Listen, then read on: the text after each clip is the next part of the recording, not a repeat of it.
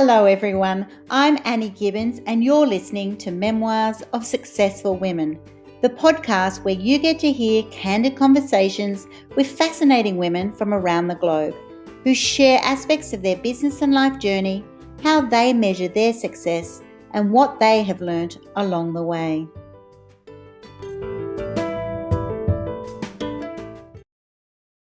Hello and welcome to Memoirs of Successful Women. Today I have the absolute delight of introducing you to Karen McDermott, who is the founder of Serenity Press, MMH Press, KMD Books, and the Everything Publishing Academy. So obviously we're going to be talking about publishing and getting your voice out, your word out, your passion out to the world. She's an award-winning entrepreneur, a multi-genre author. She's got over 40 books. She's also a mentor, a writer at Forbes and Brainz magazine. She's been a TEDx speaker twice, and she's also the proud mum of 6. She's also an advanced law of attraction practitioner who teaches people how to attract anything they want, who doesn't want that, into their lives, and writes about her success principles as KP Weaver. She's got awesome annual retreats, and these are sought after events. We're going to find out about them. How does she get featured famous guests and she also hosts them in an Irish castle. So I definitely want to go to one of those. Welcome to the program, Karen. Thank you, Annie. It's always funny hearing about yourself through somebody else's. It's like you write these bios and then you hear them being read to you. Amazing. I go, oh yeah, I get into it as I'm reading it going, you're a pretty awesome chick. You deliver it so well. I'm loving it. Who doesn't want to have an annual retreat in an Irish castle? That just sounds so fun. Is that in the UK where you are, or is that somewhere in the world? Oh, it's over in Ireland. So we have a house about a kilometre from the castle, so I kind of grew up around there. My parents are there. I bring my kids over. They hang out with my parents, and I go and host. We go for 5 weeks, and for 5 days, I hang out in the castle with amazing authors. And of course, this was pre-COVID, but we were to be there now actually. But it's our next one is in June 2022. So yay. Let's hope we can all get out of Australia where we are having our conversations. For those listening in, I have got an Aussie on the line today, which is just so exciting. We're at opposite sides of the country, but we're all excited about just getting active post-COVID, actually being able to go to events, to see each other. And Karen and I have just recently met up on the Lady Americas Summit, and it's just so great to be hearing about what different people are doing around our country and also around the globe. And I know Kez Wickham St George has also been on my program before, and she's on in some of your publishing works as well. I know you've been a publisher of her books through MMH Press because I bought them through you. She's amazing. I love Kez, and she just lives up the road. So me and her have coffee. She comes into my radio show every Monday and does a book review. She is amazing. How good is that? So let's have a little talk about this. How does a mum of 6 navigate an incredible career that I've just outlined in your bio to actually, write 40 books yourself, then be able to set up these multiple publishing companies? And also then the next question I'm going to ask you is, why do you have different companies for different purposes? So I've got so much to ask you today. Let's just start with, how do you do it all? Well, this is the golden question, and one that I try to answer as I don't overthink things, Annie. I am always in a state of flow. I have ebbs and flows, and I understand, as you mentioned, I've studied the law of attraction, so I know how to make things happen. I'm also a practitioner with that.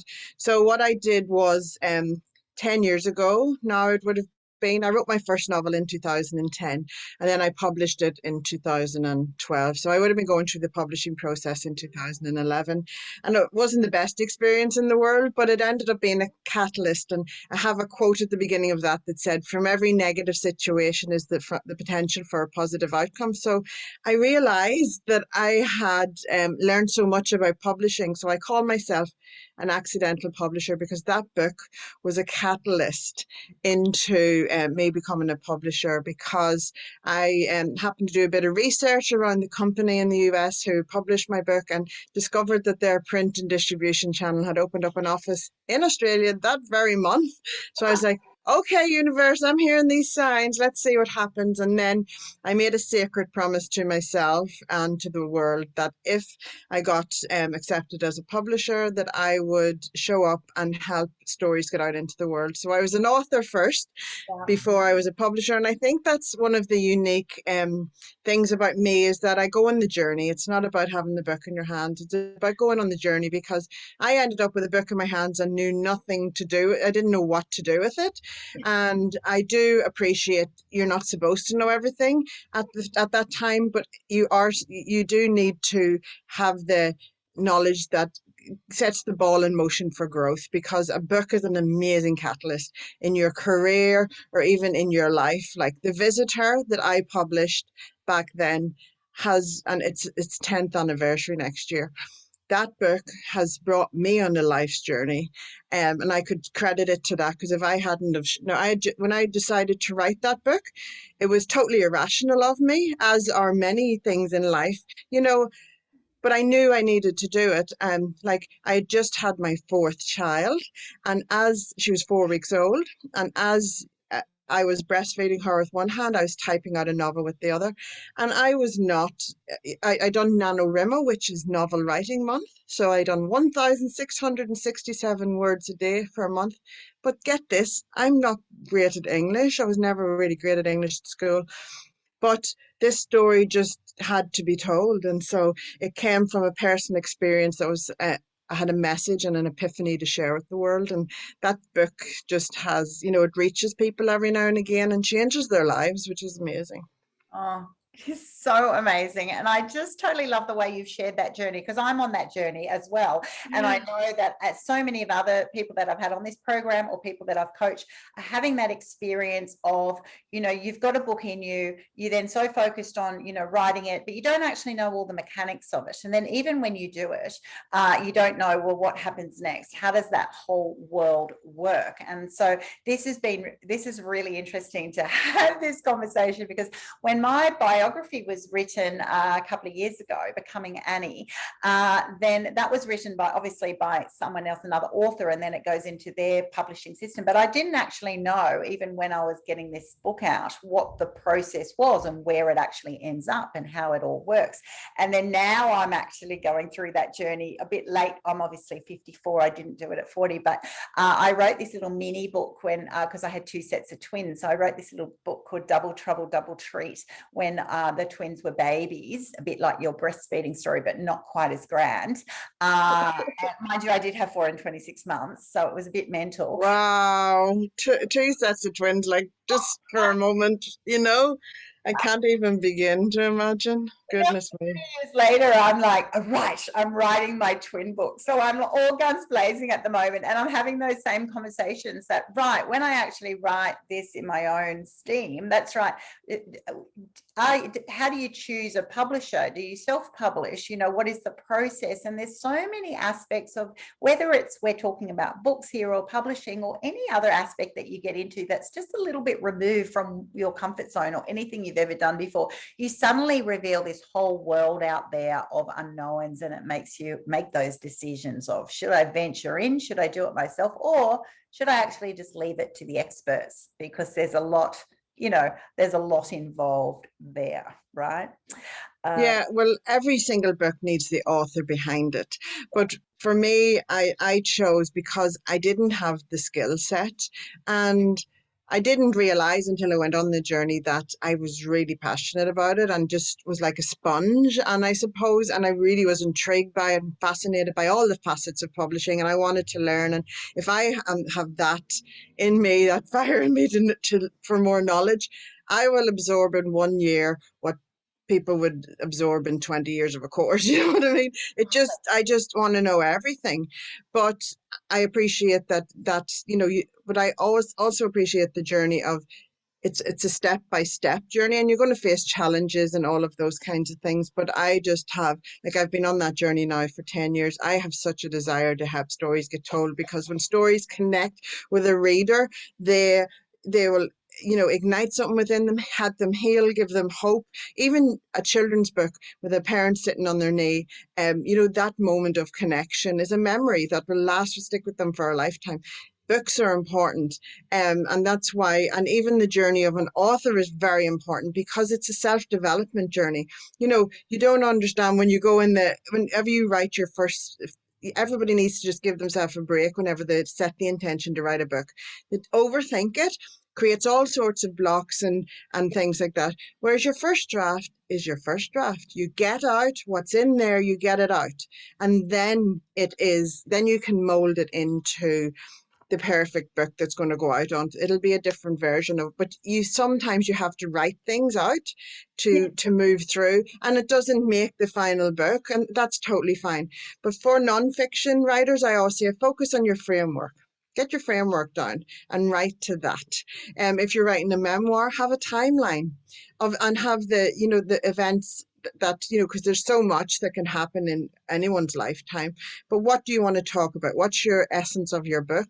And write to that, what your reader needs. But if you go on a spiel and something's coming purging out of you, don't block it, let it come out, whether it's even to be deleted or whatever. The release in itself is actually really good for your body physically. It's actually a biological thing as well. So writing is one of the most therapeutic things you can do in your lifetime. And I speak from experience on that, because my first book was dealt with, I had a double miscarriage in between my boys and girls.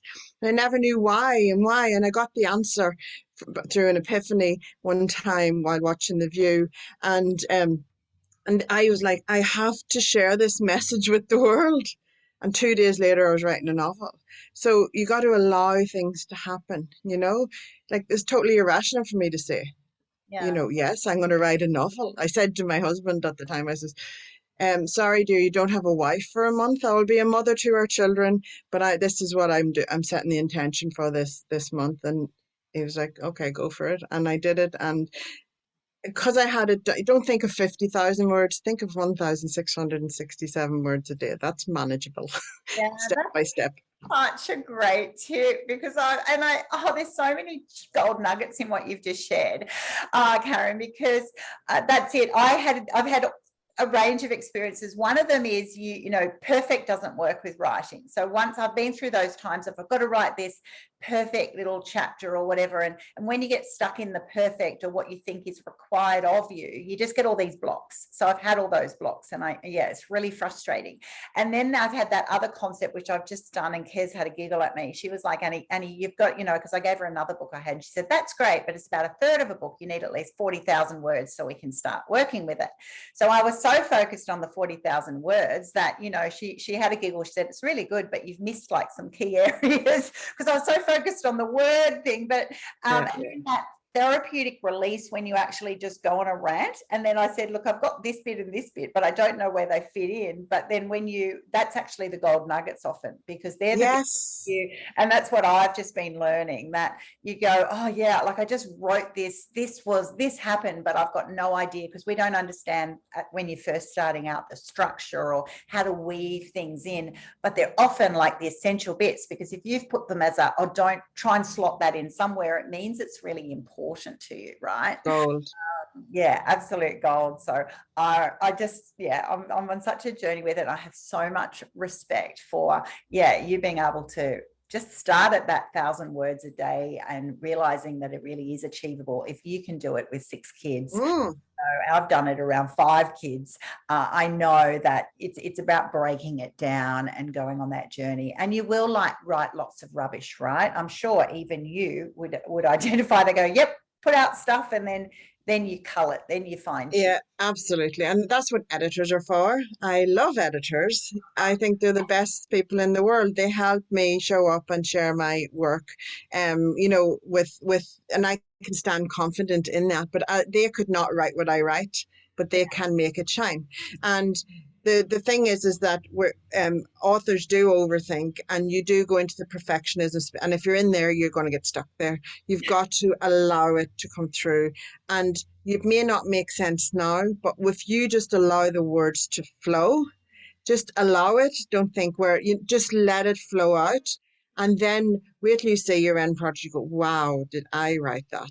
Where did that come from? And it's just a really, like, I do it now a lot, because like these two books behind me, or this way, are part of a 7-book series of the life principles I live by, and my KP Weaver, which is my author world, has merged now with Karen McDermott, the entrepreneur, because the power of knowing, for instance, which is that gold one, if you know how to know, you can make decisions with unwavering confidence, and in faith of where you're going. So you don't waste time or energy in spaces where you don't feel aligned. So you feel totally in flow and aligned. That's how I achieve, how much, I've achieved so much in my I'm 44 now, so we've got a 10-year gap, Annie, but that's how I've achieved so much, is because I channel everything, and we all have the ability to know. We just lose it along the way, and so many people lean outside for the answers, when the actual way to do it is lean inside for the answers, because we have all of the answers within, but lean outside for the support to make it happen. Some people may not want to know all the facets of publishing, but they have the aspiration to publish a book or to write a book, but they may not want to store all. I know, and if there's something like, for example, if there's plumbing or something to be done in my house, I do not want to learn about plumbing. That is just not it doesn't have any interest to me. I want to reserve my brain for things that bring me joy and get me excited. So I will hand that over to the experts. There you go. And I will be really grateful to them for doing it. And then I can move on. So you're not taking up all that time, because time is precious, and time is energy, and time is money. Whenever you put that, like 1 hour of your life trying to learn something that you may just be hitting a challenge with, but if it's an intention and something you really want to learn, then yes, it's worth it, because those challenges are they're like training sessions where you learn something new and you evolve through it and grow and whatever. But if you're learning something that's not going to serve you in the future, you're wasting time there. So that's the way that I always just hang out in that energy. I think that's a total gem. Absolutely. Time is everything. And that's it. If it's something that you are interested in, like you then were interested in publishing, it doesn't even feel like a waste of time. That's the difference. When I have those moments that you just go, whether it's learning some tech thing of how to do something on your website or how to publish whatever, if it doesn't just bring you joy, if it just makes it feel like it's frustrating, you feel like you're wasting time, it's zapping your energy, then it's not your thing, right? It's not that complicated. Whereas if you go, wow, this is so interesting, and then you just get lost in learning about it for a few hours, it's probably something that you actually do want to keep doing, because it might end up, as your experience in this world has saved you money. In fact, it's now made you lots of money because it became your niche. So I totally agree with that. Leaning into your essence and bringing that out, and then realizing you don't have to be an expert at everything. There's all this support community around available to help, and that is their niche, and it should be fully embraced. And that's why I love this global community that we've got of all these women just doing different, it's like different cogs in the wheel, and it's like, yes, if we all collaborate in these little bits and pieces, you end up getting this amazing product. I would love to ask you a question about, when I introduce you, you have, like 2 different, Serenity Press and MMH Press, different academies. Why have you started different publishing companies? Was that necessary? Do people go to a publisher for a specific niche as opposed to a one-size-fit? How does that all work? Yeah, absolutely. So this is all part of my KMD group. So I'm the person that navigates these, but Serenity Press was where we started out with. And it was my intention. I said, I'm going to build $1 million publishing press. I thought it would take me 25 years. It took me 7, which is amazing. And again, that was all a process. But Serenity Press is a traditional publishing press. So it's where we hand out contracts and we go, so we've got a really good network there. So we've got distributors, we've got global presence. It's where we have our niches there are children's books, and fairy tale retellings, and that kind of happened itself. So we've got the Duchess of York in there. She's one of my authors. We have a 22 book deal with her, and it's really exciting. We're launching DSP, which is the Duchess Serenity Press, next year. You're one of the first people to hear that, Annie. So it's a division, just solely for these books. This is very exciting news. An exclusive.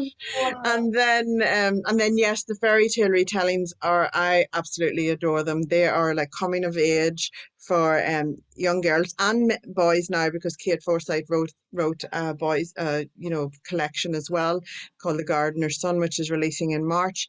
And these books are treasures. There were old fairy tales with all the wisdoms and everything in them, are brought are retold in modern days. We teamed up with Lorena Carrington and Kathleen Jennings and all of these for our fairy tale collection, and we have got a beautiful library of books now there that in 2022 are also going to be taken off, because we worked so hard on our libraries, and now we have built out our distribution so that everything kicks in 2022, which is so exciting. So yeah, that's Serenity Press. But because Serenity Press became a traditional press, and for these niches, I needed somewhere for actually me and my books, these books, which are metaphysical, philosophical books. Also for my other fictional my fictional novelists like Kez and like Michelle, and for poetry as well as another niche at MMH Press. And so MMH Press is very much all that we call, it's our Making Magic Happen press. And it's a hybrid press. So it's where we have all the benefits of a traditional press, because we have all of our distribution and everything. It's not just, the online platform, it's actual physical stores and things. But people also come into the community. I join them on the journey. And then it's a hybrid where people pay to be part of it. So we kind of go in the partnership deal. So, and then as we grow, our authors benefit as we grow. So KMD Books is for our thought leaders, business owners, and so it's all non-fiction in there. And KMD Books has really soared and thrived over COVID. A lot of people are writing their stories and publishing their stories because a lot of people are reading non-fiction and, absorbing it, and really increasing their knowledge in different areas. And KMD Books authors are epic. They're really epic, It's amazing. Like, I read these books and I go, wow. We have so many amazing authors. So we've went through a huge growth again this year, and we're actually doing a new website and everything now, because we're just growing so fast. But it's so wonderful. It's exciting, when you do grow, rather than, and like, we've had to take on team members rather than let people go over COVID. So it's amazing. Yeah, it is so exciting to hear Mm. growth and to see how you've just, you've leaned into a situation, and that's what it's all about, COVID, which is a time to stall so many people. But for you in this area of business, what has it made people to do? Read more, suddenly start writing that book that they had in their heart, reaching out to get help to actually know how does the whole process work. So it doesn't surprise me at all that you've actually thrived. And I just love that for those definitely in my women's business incubators, one of our Dominate Business Incubator is exactly learning about what you're doing, about how to increase your personal brand, how to really lean into that genius zone and to capitalize. I'd love you to share more about then how have you done that? So I know you've become a TEDx speaker and you write for Forbes and Brainz. And so how have you navigated that journey to be a real influencer in your space? Because I know so many people listening in, it's like, how does that actually happen? And is it, I know for you, it's going to be extremely intentional about positioning yourself to be able to have these opportunities. Yeah.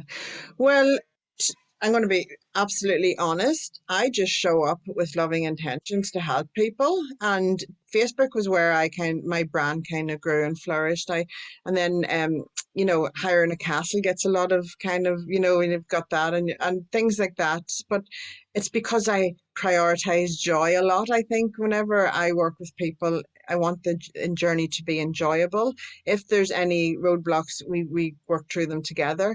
But ultimately, we want it to be a positive experience, and that's very important for me to do that. So yeah, I set big intentions for myself personally, for my own authorship. I freed up a bit of time for the magic, because if someone joins me with their authorship journey, and I never have to advertise. I'm always getting referred. People come, I show up and for those people who are aligned and that. But one of the things I want to share as well, Annie, is a lot of people who come to me, especially through KMD Books, have audiences of their own to serve. And everyone always says, can I bring my authors to you to, my audience who want to, and I says, well, why don't you set up your own imprint? And there's so many imprints of publishing press, and people say to me, is that not like training your competition? And I'm like, no, there's more people sharing stories with the world. The more connection there is, the better the world's going to be. I am one person. I do have an amazing team, but the more of us that's doing it, and the leaders in those spaces are the ones to lead those books. So I work from behind with those, and we service them and we do all of the production and stuff. But it's the leaders who help their people through the journey, and I'm just there as backup when needed. And that's makes my heart sing as well, to be able to support that and to support more books to get into the world. Like, is that not the biggest thing? We're here to share our knowledge, not to learn something and keep it to ourselves. Like, one of my superpowers is to find the most efficient way to do things. and connections. I treasure connections. I treasure the people who are in my circle. I just treasure them because, if we've built up a rapport and a relationship, it's because I adore you, and I'm going to help you in any way that I can to, to grow and develop or whatever, because that's what we're all here for. And I have had so many people do that for me, without any expectation of return. But I think whenever you have a beautiful circle around you, growth is inevitable, and the state of flow and joy, like that's it. No, you just love your day, right? I think you just explained, the collaboration over competition model so clearly. But, that's right. There is enough work. There is enough business going around. You're also going to be a different flavor for different people. People are attracted to different types of personalities, types of brands. It's giving yourself a disservice. And I know I sort of spent about 20 years in my career growth when people used to be guarded, or they'd only give you enough information that you were always a bit confused or a bit sort of puzzled, whereas now it's like, yeah, this is actually how things work. You can do it yourself or you can outsource, but it's not, everyone has the opportunity to really step into their own space. And if it's for the right intent, they will do well, right? Absolutely. Everyone does well. And then ultimately, like the author journey, for example, never mind the publisher journey, the author journey in itself always comes first, because then the publisher then will understand the author's journey and have empathy and know but every author, and that's why I don't offload or print off lots of PDFs for my authors, because every author journey is different and every author has different questions. But I always have the answer, and I go, oh, I see what's going on here. You've got a bit of a block here. So let's work through this. And here is the answers that you need. So process that, come back to me if you have any more questions. So it's life, it's the same with any process that you go through. It's a cycle. You'll come round and then you'll grow into another cycle. And that's just the way it is. And yeah, ups and downs. Keep evolving. You mentioned a few times actually how important it is to get your stories out. You're a big advocate for it. If you have something in your heart, share it with the world. Other people will say, aren't there a zillion books out there already? Do we need another book on whatever, XYZ? What's your response to that? You didn't write that book. That's it. Every single author has a different perspective to share, and there's no two books the same. It's like fingerprints. They're all different and they will resonate. And one of the things I always say to my authors now is, put yourself in your books. It's not a textbook you're writing unless it's a textbook you're writing. If you are writing, especially for nonfiction, but even for fiction or whatever, share your personal scenarios so that your reader can connect with you. And if you're writing for your audience, or for someone write to that one person and write what they need to hear as if you're chatting to them. It's just so important just to embrace that and allow it to happen. Don't overthink it, just get it out, and you are the only person that can write your book. even for ghostwrite, I have a lot of people come to me and say, I need a ghostwriter. And I go, okay, yeah, I hear you. But how about you try this? And you work on your framework and send it back to me, and I look at it and I'll see where.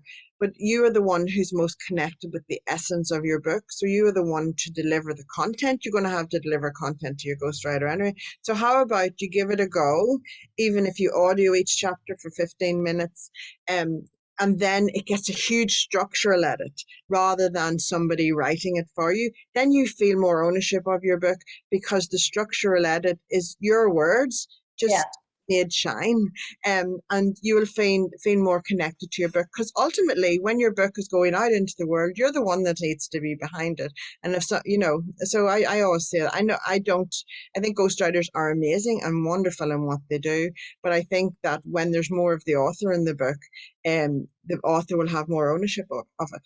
Yeah, because life's relationships, right? And you want your reader to have a relationship with you. If you've had that experience in that journey, whether it is, me writing my twins book for parents who are now pregnant with twins or having twins, or if it's how to be, successful in a niche, or whatever that book is, you're actually writing it to reveal the essence for you therapeutically, to actually get your story out and have it heard. But you're wanting to touch that reader who needs to hear that story at that time, and then not just content, but actually feel like you're with them on that journey, and you're passing over your tips and your learnings and your experiences, some of which they may have and some may be even different, and that's all okay. I totally love that. And that's exactly the same sort of feedback, even for, in books, but also in business, in websites and personal brand, that a lot of people go, well, they'll ask me, even as a coach, well, what do you think is missing? And I go, you're missing, your content or what you're offering is amazing, but the essence of you, which is the spark, right? It is, they're not looking for vanilla. Generally, people are actually looking for, your uniqueness, your authenticity, however that's going to present. And it does feel bold, to actually then put yourself out there, because all of those little, insecurities will suddenly come to the forefront. What if people criticize me? What if they don't like it? What if this? What if that? And you go, once you rise above that, you go, who cares? Whatever, that's their problem. Yeah. Be like Karen, just go, well, I'm so busy doing and just being, I don't have time for worrying about that, because it's just exhausting being in that other phase. Yeah, absolutely. And if you get negative feedback from people, it's generally because they're not your people. That's as simple as that. And so you're never going to appease that. So save your energy, because it's precious for your people who you can serve and who you can pour into, because there's no point pouring into a cup that has the bottom out of it. And that is what, people who don't connect with you are. You could pour into them for affinity and you'd never get anywhere. So pour into the people who will use that fuel for goodness in the world, because that's what we need. And we also need to pour into ourselves. I'm very much about keeping myself at a higher vibration, because I had a dark period in my life. I learned a lot about why that happened to me, was because my cup was absolutely empty. I had nothing left to give. So I fell lower than I could have ever fallen. But now I consciously prioritize joy. I consciously and mindfully every day choose, and it is a choice, because you can't have a positive and a negative thought at the same time. It's actual science. So I choose positive, and it takes as much effort to live a positive life as it does a negative one. So and it becomes a habit. If you choose it, and it becomes a habit. And I have my days that are just like blah, and I just go, okay, I'm closing over the diary today. I'm going to the beach, or I'm just going to watch a bit of Netflix. I'm just going to let today pass by. And tomorrow's a bright new day. And then I'm re-energized, and all of that. And coming to the end of 2021, a lot of us have poured a lot into this year. I know I have, and I'm ready for my break. And as much as I will still be doing things because I love what I do, but I won't be doing so much that, my rhythm, I have a rhythm, and I've done it for 5 years, and it is, I work in the school with the school holidays, because I have 6 kids. They're from 6 to 25, but I go in the rhythm. And so every term, it comes to the 2-week break. I hang out with them, do kid things. I still do my writing through there, but I declutter because I would have gone so fast over those last 9 weeks during the day. And so I've got things hanging on that don't serve me into the next phase. So I declutter and allow those things to go to the people who need them. So you know what I mean? So I don't hang on to things. I just constantly move and grow and move forward with it because I am moving forward. And anyone who's coming on, everyone can come on the journey, no problem. But you know, that's it. They have to be there ready and receptive to embrace the energy and enthusiasm of that kind of forward thinking growth. You know, it's exciting when you allow it to be. Oh, super exciting. And I totally hear that. You do have to have those times of intentional stop, pause. It doesn't have to be a total stop, but it's just a reassess, a reboot, reprioritize because any of us, if you look around your homes, you'll suddenly just get junk and things you just attract stuff, whether it's paper or to-do lists or things like that. And it actually makes you sort of then go, yeah, okay, well, if I'm going to put it away, do I actually put it in my main schedule? Do I outsource it? Do I actually just chuck it? Otherwise, we just carry and carry and carry. And that actually adds to that sense of burden and overwhelm that, Mm-hmm. and it prevents us from staying in that zone that you're trying to be in. I'd love to ask a personal question about books. What's your feel on, should we still stay with the actual, physical book, ebooks, audio books? Everyone tells me audio books are sort of the flavor. What's your view on that as a publisher? I still love just papers. I'm a paper book person, but I do appreciate audiobooks. We started doing audiobooks, but ebooks are I don't do ebooks personally because I'm on screen a lot. Yeah. So whenever I'm reading, I like to get the book, snuggle up with a cup of whatever and just read. And when you're reading a physical book, you can't get distracted. You are in that book. Someone's reading your words or you're reading someone's words and you are there consciously with them in those pages. Whereas an audiobook, whenever I'm doing an audiobook, I'm driving somewhere or I'm running somewhere or multitasking, doing something. So as much as I'm enjoying it, I'm not totally conscious there. But reading a physical book, that's when I feel more connected to the words in it. Yeah. Fair enough. Fair enough. And that's a personal choice, right? And some people will go, well, I just never get that time. And if you're at that stage of life that you're sitting there, yeah, that's right, feeding babies, doing things, furring children, then if you're listening in the car and you're getting those little bite-sized chunks, absolutely. It's certainly go for it. Nothing, go for it. That's where I listen to a lot of my podcasts and other things. But I also agree, that's right, you're multitasking, you don't have that 100% presence. And the same as on a, I'll actually like a little bit more. I didn't think I'd get into ebooks, but definitely on, on a Kindle, if I'm in the bathtub or something like that, I'll sort of go, yeah, it surprises me that I actually can do it.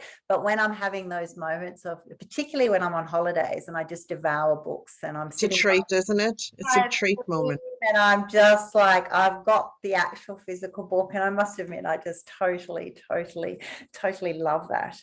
So you've met so many successful people in your journey. What does success mean to you, and what do you notice about how it sort of presents itself in different people in your world? Well, I have my own definition of success, and I encourage everybody to have their own definition of success, because success is, what you want it to be, what you want to achieve. And for me, success is having a blend of what I enjoy in life, which is being there present as a mum and for my kids is a very big priority. It's why I ended up starting up my own business, because I could have went and worked for a corporate, or I could have went and worked for, in another publishing house, but I wanted to be able to drop my kids to school, pick them up. That was my choice. I want to, if they're sick, if they're on holidays, so I built up my team so that can accommodate that, like 6 weeks, we're just about to open up a bookstore and an office, and my kids are going on 6 weeks holidays, but we'll work around that. I won't be putting them into childcare. But that's just my own personal choice. So success for me is being able to navigate life my way. And, like I live in Perth. It's absolutely beautiful. It's a bit hot at the minute, but, and I really am able to see the joy and the positivities in every day. And for me, like my heart sings. And that is success, and And yes, I do make a lot of money now, but I didn't at the beginning. You know, I was robbing Peter to pay Paul at the beginning to make things happen. But I was very strategic with where I invested. And I was, you know, very smart and savvy and see where I got to. When I started my business, I had $50 a week to invest in it. And I've grown it into what it is now. So, and I don't like to compromise my values. So that is success for me. I don't compromise my values. And yet I still have, like, if I was to write my memoir, it would be really fascinating. I can't wait to read it myself when I stop and pull it all together. And I do hang out with amazing people. I'm really, really very, very lucky. And but it feels so natural. It's amazing what becomes natural and the next natural step. But that's part of the evolutionary process, you know. You know, I never thought I would be hanging out with the people I hang out with, and having the conversations and just jumping on Zoom with some of the people I jump on Zoom with. It's just because it's the next natural step of my journey. So I just show up and, like, I'm talking to you now and talking to your audience, but I'd be talking the same to people of any status. You know, everybody is still human, and so that's Right. what they're going to get the same me. I am, because I don't change just for anybody. Oh, I love you so much. I love everything you stand for, and I most importantly, I love your you know, your belief in yourself, in your natural essence, and how you've developed that. And I can see why. I remember you saying your motto is that where there is a will, there is always a way, and that's it. You've willed this in. You've gone and said, well, I love this. I want this to happen, and I'm just going to run with it. And I'm going to do that around my 6 kids, and we've all got complicated lives and schedules, and things happen. But it's about saying, okay, well, developing what that essence of success is, that success and the balance and the happiness and the joy. What does that actually look like for you, for me, to the listeners? And then go, okay, well, depending on who I am evolving in as a human being, what does that actually look like? And then what things are possible? And then, you know, definitely then you create those opportunities that when you're positioned there and other things come into your space, you can easily seize them. You can easily make them happen, you know. And that's what I love. I love that make magic happen sort of feeling, that it feels like magic, but it's not really, because, you know, you have positioned yourself. You've worked very hard to position. There's a lot of intent. There's a lot of laws of attraction sort of happening there. But you've clearly demonstrated that, yeah, that's right. You can make magic happen. And It feels like magic, Annie. That's the thing. This has this glowing feeling. There's so many people never get there in their lifetimes to feel that essence. Like, I know there's times where I just stand in my patio and, like, my garden needs a cut. There's messes. I've got loads of kids, but I stand there and I go, oh my God, I just love my life. I am so lucky. And that feeling is like, that's success there, you know, to be able to feel that is beautiful. It just is. Can I share with you my 7 life principles, Annie, that I live through? yes. So they are mindfulness, knowing, intent, love, gratitude, forgiveness, and belief. And those are my 7 life principles that I think are core principles to be really aligned with yourself and aligned with what you want to get out of life. You know, because so many of us allow others to control that in our lives, whereas we're the ones who do that. And when you start to live through those types of principles, it just it wills an amazing future and aligns it, and you can never really go wrong, because there's once you prioritize those true joy. Wow. Yeah. Wow. Wow. Wow. Wow. Magic happens, right? On a Yeah. daily basis, because you're setting the intent. You've got your values, you've got your principles. You're actually in the driver's seat. You know what you allow, you know where you're going, you know what you allow to interrupt your journey or not, or what you actually just say, I have no time for. I totally love that. Yeah, absolutely. Cruise control is beautiful. Control is the key. Yes. And it all does start with mindset, doesn't it? You know, having that, you know, that growth mindset, that opportunistic mindset, the mindset that believes, you know, that magic is possible if you spend your time and energy nurturing the essence of, you know, who you were born to be. Right. And then, and making choices of what to say no to. And there's a lot of choices. And I'm imagining you have said no to so many things in your journey, because while you're attracting these good things, you're also attracting other people wanting opportunities with you or from you, and there is a real art on saying no, and I'm sure I you're had to learn that. I'm a yes person. I'm a yes person. And can I share with you my philosophy on no? And this is how I say no with love, is because if something's not aligned with where I'm going and I have to step off my path to do it, there's no point in me saying yes to it, because I would be doing it with, and my heart wouldn't be in it. So I always say, no, I'm sorry, that's not for me right now, because somebody else's heart will be in it, and let them pick it up. If you say yes to something that your heart's not in, you're doing a disservice to that person or to that event or to that whatever it is, because you're not going to give it your all. And my heart has to be in something to get the best out of it, and for me to show up as the best me. So that is why, like I said yes to coming on here today, because this is totally, how I flow. I love to have conversations and to share stories. And if me popping on here ignites something within someone today, that they take action, and that has a ripple effect, not just for them, but in their homes, in their communities, and that ripples out. And the more of us that are doing that, well, then the world's going to be a better place. Thank you so much. Thank you so much for coming on my program. I can't believe how quickly an hour has gone. We can chat all day. I will definitely be contemplating lots of the words of wisdom, the little gems that you've been sharing today in my own little walk as a budding, growing author. It's really fascinating. And I know a lot of people listening in around the world, if you've got that book in you and you haven't actually sort of ignited the flame, you've been holding back for a certain reason, because, one, is it time? Is it feeling of not being good enough? Is it, just the scariness of what if I do it and it actually is successful? What will I do then? What will that look? How would my life change? What am I doing it for? There's so many things behind all of these sorts of blocks, but I encourage you to do so. If you're an author and you're looking for an amazing publisher, definitely reach out to Karen. How will they find you, Karen? Give us a website. I'm pretty active on Messenger and LinkedIn, so just PM me in that inbox is the best way. Otherwise, you'll get lost in the web. Karen McDermott, I will be putting all of your contact details on my LinkedIn platform, on my YouTube channel, on my podcast channel.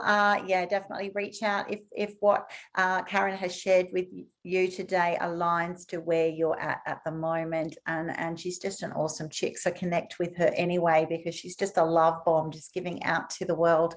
And I totally am aligned with that all the way. Thank you for giving us such clarity around what collaboration means, what collaboration over competition means, and how to believe in yourself and follow your essence. You're just an absolute star. So thanks for being on my program today. My absolute pleasure. Thank you so much for having me, Annie.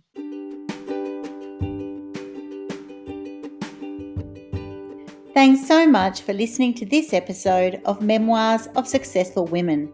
You can find me at anniegibbins.com, where you can download my free resources, get connected on social, and check out my online magic transformation program.